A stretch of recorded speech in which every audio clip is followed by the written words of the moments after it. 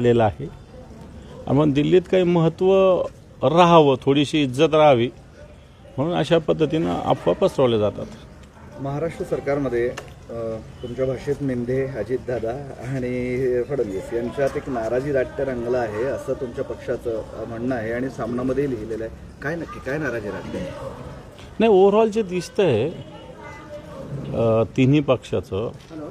तिन्ही पक्षामध्ये ज्या पद्धतीनं सगळ्या गोष्टी चालू आहेत, हे मंत्री या नेत्यावर, आता परवा तर त्या तटकरेंच्या विरोधात शिंदे गटाचे लोक ओपन स्टेजवर बोलले, काय बोलले सुनील तटकरेविषयी, आदिती तटकरेविषयी, आणि त्याच्यामुळे चर्चा काय ओपन ते स्टेजवर बोललेले। परवा आजी एकनाथ शिंदेने त्यांच्या मंत्र्यांची बैठक घेतली, ती क्लिअर दिसते। अजितदादाने त्यांच्या पक्षाची बैठक घेतली, ती क्लिअर दिसते। भारतीय जनता पार्टीचे सगळे लोक अमित शहांना भेटले, तेही स्पष्ट दिसते आणि त्याच्यामुळे या गोष्टी काय छुप्या नाही, तर ह्या खुल्या झालेल्या आहेत। ठाण्यामध्ये पुन्हा एकदा स्वबळाची भाषा सुरू झाली आहे। भाजपनं प्रमुख पदाधिकाऱ्यांची बैठक बोलवली आणि स्वबळावर लढण्याची तयारी सुरू आहे। कसं बघता तुम्ही सगळं? हे भारतीय जनता पार्टी करणार आहे, स्वतःचं अस्तित्व दाखवणं, म्हणजे अस्तित्व आहेच त्यांचं, मी नाही नाकारणार नाही, परंतु मला असं वाटत नाही की त्यांना आता कोणत्या साथीदाराची गरज आहे आणि त्या मस्तीमध्ये, त्या उर्मीमध्ये निश्चित ते हे पावलं उचलतील असं दिसतंय। निलेश चव्हाण पुणे केसमधला, त्याला निलेश चव्हाण तो पुणे केसमधला, त्याला शस्त्र परवाना देण्याचा प्रस्ताव माजी गृहराज्यमंत्री सतेज पाटलांकडनं मान्य झाला होता, असं आता पुढे आलेलं आहे। खालून गेल्याशिवाय वरती मंत्री थोडी काही करत असतो। खालून मला वाटतं कमिशनरेट एरियामध्ये असलं तर कमिशनर, ग्रामीण भागात असलं तर कलेक्टर, अशा पद्धतीनं वरती प्रस्ताव जात असतो आणि जो प्रस्ताव खालून पॉझिटिव्ह जातो त्याला कोणताही मंत्री मला नाही वाटतं रिजेक्ट करतो। लढा आपल्या मुंबईचा, कामाला लागलेत तुम्ही? लागलेलो आहे, महाराष्ट्रात लागलेलो आहे, मुंबईतच नव्हे तर महाराष्ट्रात कामाला लागलेलो आहे। आदित्य ठाकरे यांनी आपलं आडनाव शेख किंवा खान करून घ्यावं असं नितेश राणे यांनी म्हटलेलं आहे। बाळासाहेबांचा नातू हा ठाकरे आडनाव। नितेश राणेच्या विषयी बोलण्याला काही हे नाही, फालतू बोलत असतो ते। सुधाकर बडगुजरांचं तुम्ही केलं सगळं आणि त्यांना आता भाजपात घेण्याचे पक्षातून विरोध सुरू आहे, काय स्टेटस बडगुजरांचं? आम्हाला काही माहिती नाही, काल त्यांची पक्षातून हकालपट्टी केलेली एवढं निश्चित, कारण पक्षात असताना ज्या पद्धतीनं ठीक आहे, पक्षात नाराजी व्यक्त करण्यासाठी निश्चित व्यासपीठ आहे सगळ्यांना। आमच्या दर आठवड्याला बैठका होत असतात, नेत्यांच्या उपनेत्यांच्या 15 दिवसाला होत असतात आणि त्या व्यासपीठावर सगळ्या विषयावर सांगोपांग चर्चा होत असते। म्हणून त्या व्यासपीठावर बोलल्यानंतर काही झालं नाही तर आपण समजू शकतो, पण तो त्या व्यासपीठावर न बोलता भलत्याच व्यासपीठावर बोललं तर मला असं वाटतं पक्ष शिस्तीनं चालत असतो, एखादा माणूस असला काय आणि नसला काय। राज्य सरकार एक मोठा खर्च करत आहे, सगळ्या मंत्र्यांना हायटेक करण्यासाठी आयपॅडची खरेदी करणार आहे आणि आता कॅबिनेट होणार आहे असं म्हणतात। व्हावं, आता त्याला फार खर्च थोडी लागतो आयपॅड घ्यायला वगैरे, पण कॅबिनेट नाही, हे जरुरी आहे आताच्या घडीला की एकदम पेपरलेस काम करणं आवश्यकता आहे, थोडं स्मार्टपणे काम करण्याची आवश्यकता आहे, कित्येक गोष्टी टाळण्याची आवश्यकता आहे। मग कोणी म्हणतं विषयपत्रिका द्या, कोणी म्हणतं मिनिट्स द्या, कोणी म्हणतं प्रस्ताव द्या,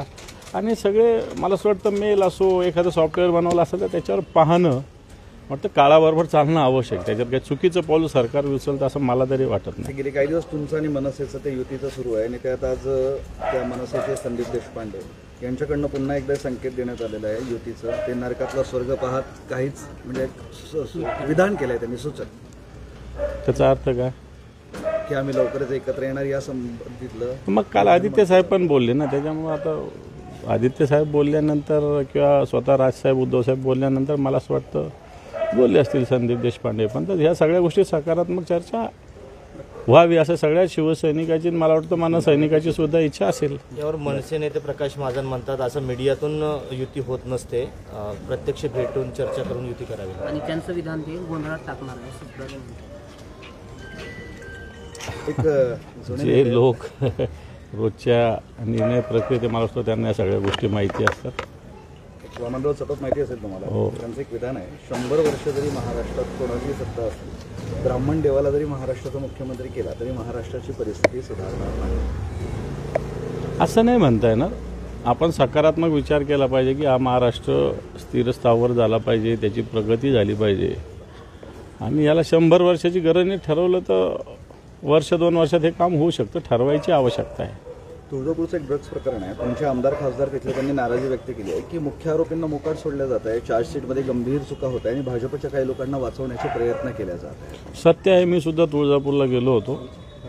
ड्रग्जमध्ये काही थातूरमातूर कारवाया केल्या जातात. मुख्य लोक बाजूला राहिलेले आहेत, फरार आहेत किंवा त्यांना जाणीवपूर्वक FIR पासून दूर ठेवलेलं आहे आणि बाकी जे असे ज्याला थातूरमातूर म्हणता येईल अशा लोकांवर कारवाई केली जाते. एक जरांगे पाटलांचं आहे, त्यांचं असं म्हणणं आहे की देवेंद्र फडणवीसांनी जे काही केलं आहे ते लवकरच उघडं पडेल, ते कार्यकर्त्यांसमोर पक्षासमोर उघडे पडतील.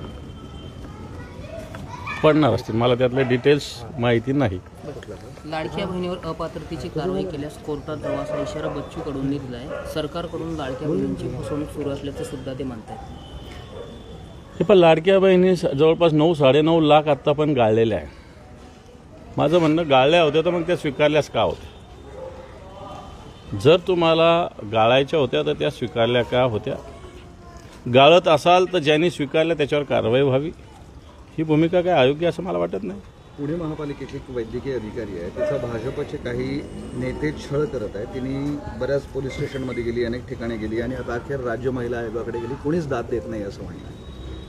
नाही, अशी ही कोणी भगिनी आमच्याकडे आली तर निश्चित त्याला न्याय देण्याचा प्रयत्न करेल. भारतीय जनता पार्टीचे असो की कोणत्या पक्षाचे कार्यकर्ते असो, त्याला धडा शिकवण्याचं काम करू जर त्या भगिनीची भूमिका योग्य असेल तर. एक राष्ट्रीय प्रश्न आहे, बंगळुरूमध्ये ते झालं, कोण जबाबदार वाटतं तुम्हाला?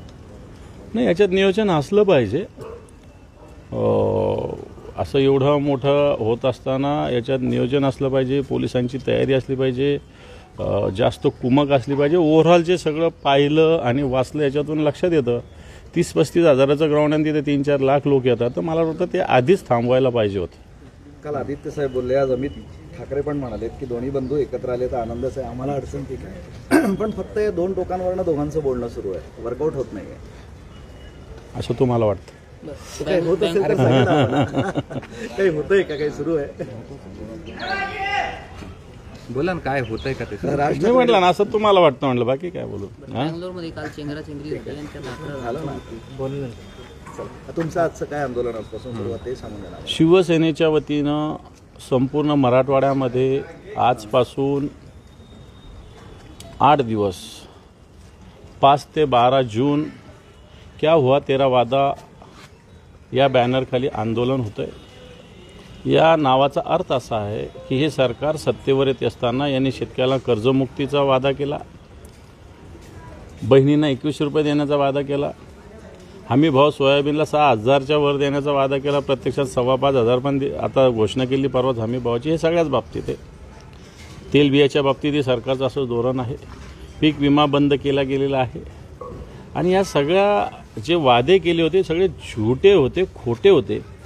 आणि म्हणून आमचा मुख्यमंत्री, दोन्ही उपमुख्यमंत्र्यांना क्या हुआ तेरा वादा या नावाने आंदोलन पूर्ण मराठवाड्यात होतं. तालुका स्तरापर्यंत नव्हे तर गाव स्तरापर्यंत हे आंदोलन आम्ही पुकारलेलं आहे आणि 8 दिवसामध्ये संपूर्ण मराठवाड्यातल्या गावोगाव शिवसेनेच्या वतीनं हे सरकारच्या विरोधात आंदोलन होणार आहे. त्याची सुरुवात आज आम्ही केलेली आहे. बाळासाहेब विट्स हॉटेलचं पुढे काय? विट्स हॉटेलमध्ये जे संबंधित अधिकारी त्याच्यावर कारवाई करण्यासाठी निश्चित पावलं सरकारला उचलावी लागतील. पूर्णपणे इनलिगल झालेलं आहे, करंट व्हॅल्युएशन काढलेलं नाही, राज्यस्तरावरच्या वर्तमानपत्रात जाहिराती दिलेली नाही, कंपनीत पार्टनर कोण आहे हे आपण सगळं बघितलेलं आहे. ही कंपनी रजिस्टर आहे का हा दुसरा मुद्दा आहे, इन्कम टॅक्सचा मुद्दा आहे, फायनान्शियल पोझिशनचा मुद्दा आहे. आणि हे सगळं त्या अधिकाऱ्यांनी का केलं याची चौकशी होण्याची गरज आहे. नुसतं सिरसाट्याने माघार घेण्यात त्याच्यात विषय संपलेला नाही आहे.